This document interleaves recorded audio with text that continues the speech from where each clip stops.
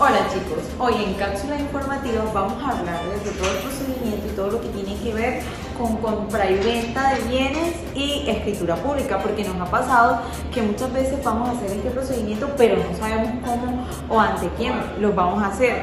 Entonces yo voy a traer a unos expertos para que resuelvan nuestras preguntas.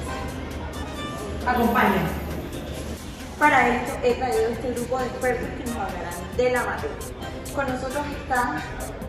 Buenas, mi nombre es Camila León y ejerzo funciones notariales en la notaría cuarta de la ciudad de Santa Marta. Hola, mi nombre es Paula Rizzo y ejerzo funciones administrativas en Santa Marta. Buenas tardes, mi nombre es Luis Terreño, soy abogado especialista en Derecho Administrativo en procesos disciplinarios.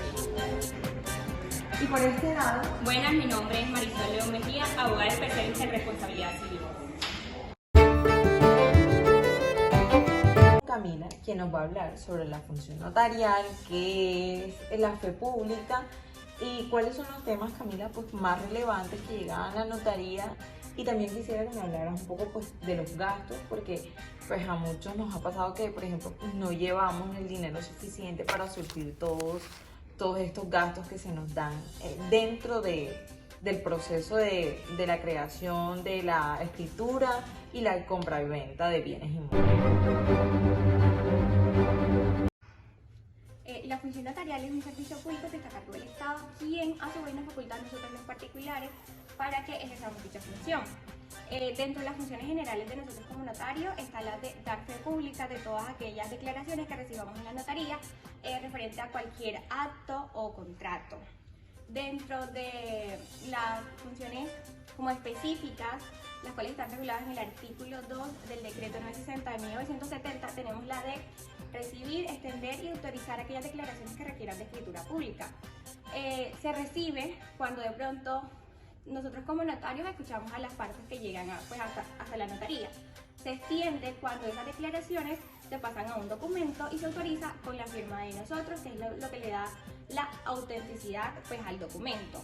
Una clase de estas declaraciones sería lo de otorgar un testamento, el otorgamiento de poderes generales, así como también la compra, venta y permuta de bienes inmuebles, la solicitud de permisos para salida de menores de edad del país, así como la sucesión de bienes inmuebles por causa de muerte.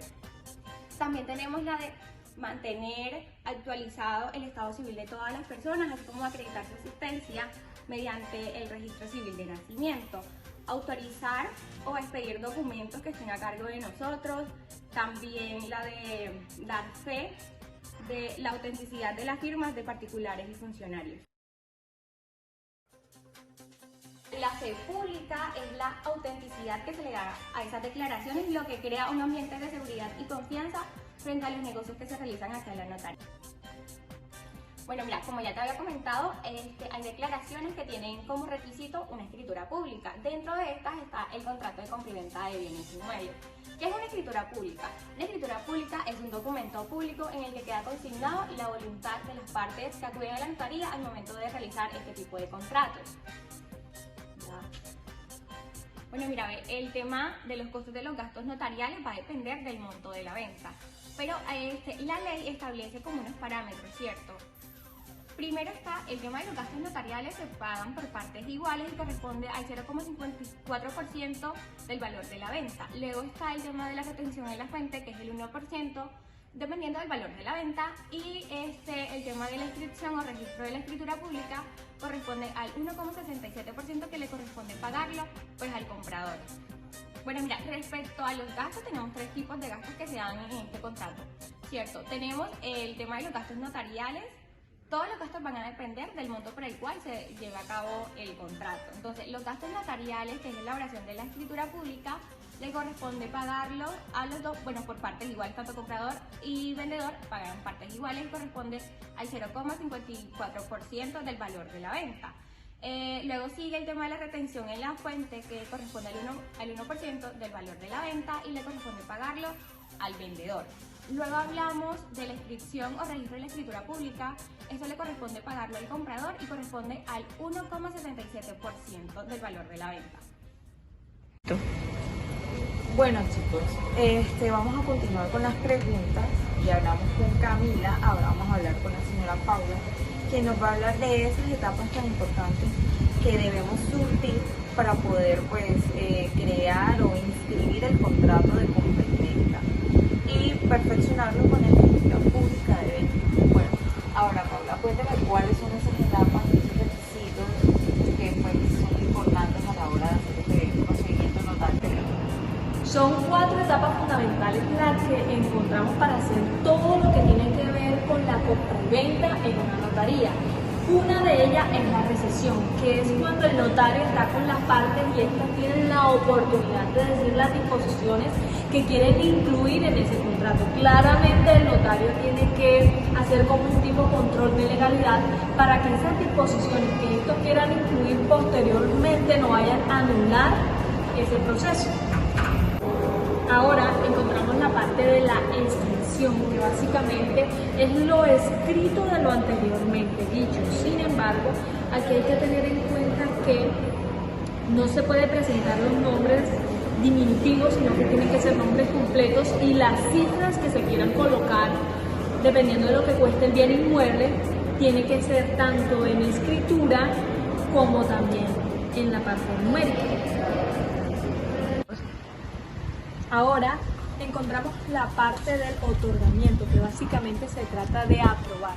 Aquí el notario deberá de leer el documento y las partes decidirán si quieren modificar, es decir, si quieren añadirle, quitarle, eliminar las disposiciones que estos mismos han creado. En este momento, básicamente, si se encuentran de acuerdo con todo lo que hay, si por el contrario hicieron modificaciones, a lo último van a aprobar el documento y lo tienen que firmar y posteriormente le colocan la huella. Ahora encontramos la autorización, que es prácticamente la fe que le imprime el notario a ese documento, es decir, su firma. Saber, por ejemplo, tengo muchos televidentes que no pueden acercarse a la notaría y me preguntan, Kathleen, o sea, ¿cómo puedo yo solicitar este servicio? Porque quiero vender mi casa o tengo un apartamento que quiero vender. Entonces quisiera saber, cuéntame, esas personas que no se pueden acercar porque tienen un problema de movilidad, porque se les hace imposible, ¿qué podrían hacer para pues acceder al servicio notarial? Bueno, mira, en las notarías existen dos posibilidades. Primero es que si tú tienes un representante legal, un abogado, él puede acercarse a la notaría con un poder autenticado, y si no tienes abogado, puede que la notaría, con la facilidad que da a los usuarios de acceder a sus servicios, existe el domicilio de notaría, que es cuando el notario se acerca a la casa de la persona y firma el documento. Ok, me parece muy interesante. Y también, mira, fíjate, yo tengo muchísimos televidentes que son extranjeros.